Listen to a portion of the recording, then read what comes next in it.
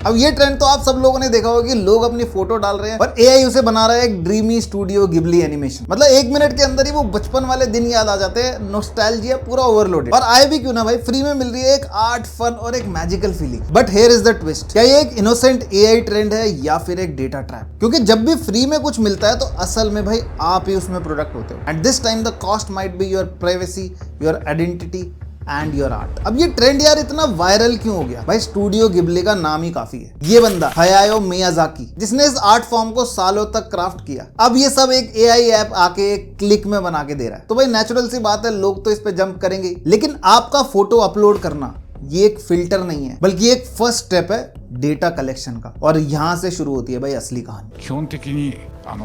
子供たちにこの世は生きるに値するんだっていうことを伝えるのが自分たちの仕事の根幹になければいけないというふうに思ってきました。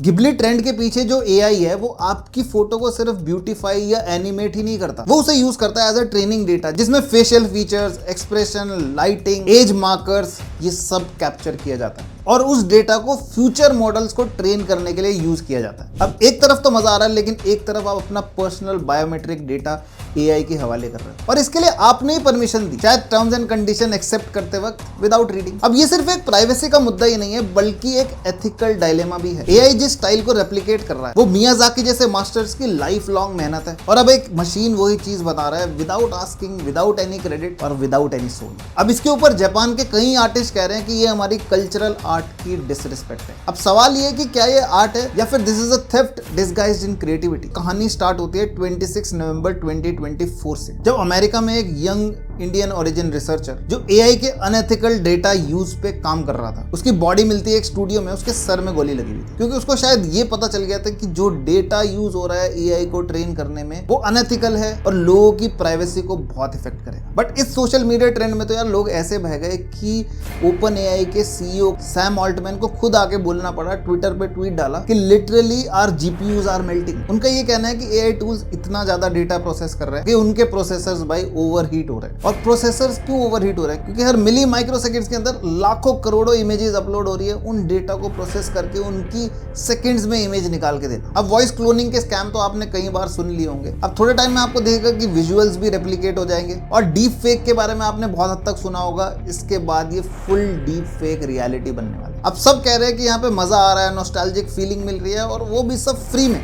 लेकिन भाई इस दुनिया में कुछ भी ट्रूली फ्री नहीं होता, और जब एआई सब कुछ बना रहा हो तो असली आर्टिस्ट, असली मेहनत, असली आइडेंटिटी ये सब डाइल्यूट हो जाता है। और अब तो भाई एआई एप्स ने भी रिस्ट्रिक्शन लगा दिया।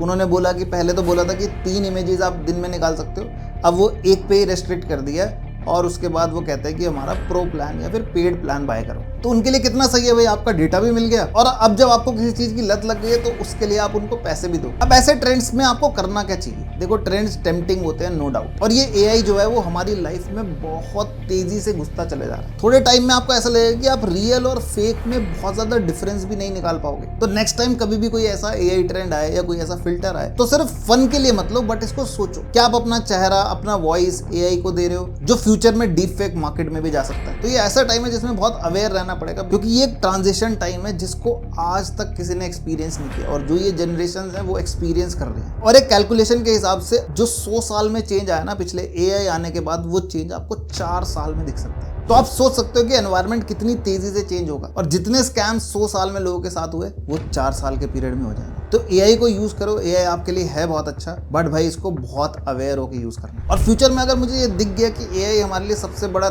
थ्रेट है, तो इसे सुन के भी मुझे बहुत ज्यादा हैरानी नहीं होगी। और गिबली ट्रेंड इसका ही एक रिमाइंडर है। मैं मान भी सकता हूँ कि एक इनोसेंट ट्रेंड होगा, लेकिन क्योंकि आप जब भी एआई यूज करते हो वहां पे आप परमिशंस दे चुके हो कि आपका डेटा ये एआई एप्स यूज कर सकती है। तो नेक्स्ट टाइम से जब भी लगे if something is too magical to be free, maybe it's you who is paying the real price. अब आप लोग इसके बारे में क्या सोचते हो? क्या कि ऐसे ही एआई एप्स हमारी प्राइवेसी को ब्रीच कर सकते हैं? और क्या एआई जनरेटेड आर्ट को ह्यूमंस का डेटा ऐसे यूज करना अलाउड होना चाहिए? आपको क्या लगता है, क्या एक प्राइवेसी प्रॉब्लम है या एक एथिकल प्रॉब्लम है? मुझे नीचे कमेंट सेक्शन में जरूर बताना। मैं जानना चाहता हूं कि आप लोग इस एआई ट्रेंड के बारे में क्या सोचते हो। बाकी वीडियो इंसाइटफुल लगा तो लाइक कर देना, शेयर कर देना जिन लोगों को इसकी जरूरत है, और अगर ऐसा ही कंटेंट देखना पसंद है तो चैनल को सब्सक्राइब जरूर कर देना। मैं मिलता हूं आपको किसी नेक्स्ट इंटरेस्टिंग सी वीडियो में, तब तक के लिए बाय बाय।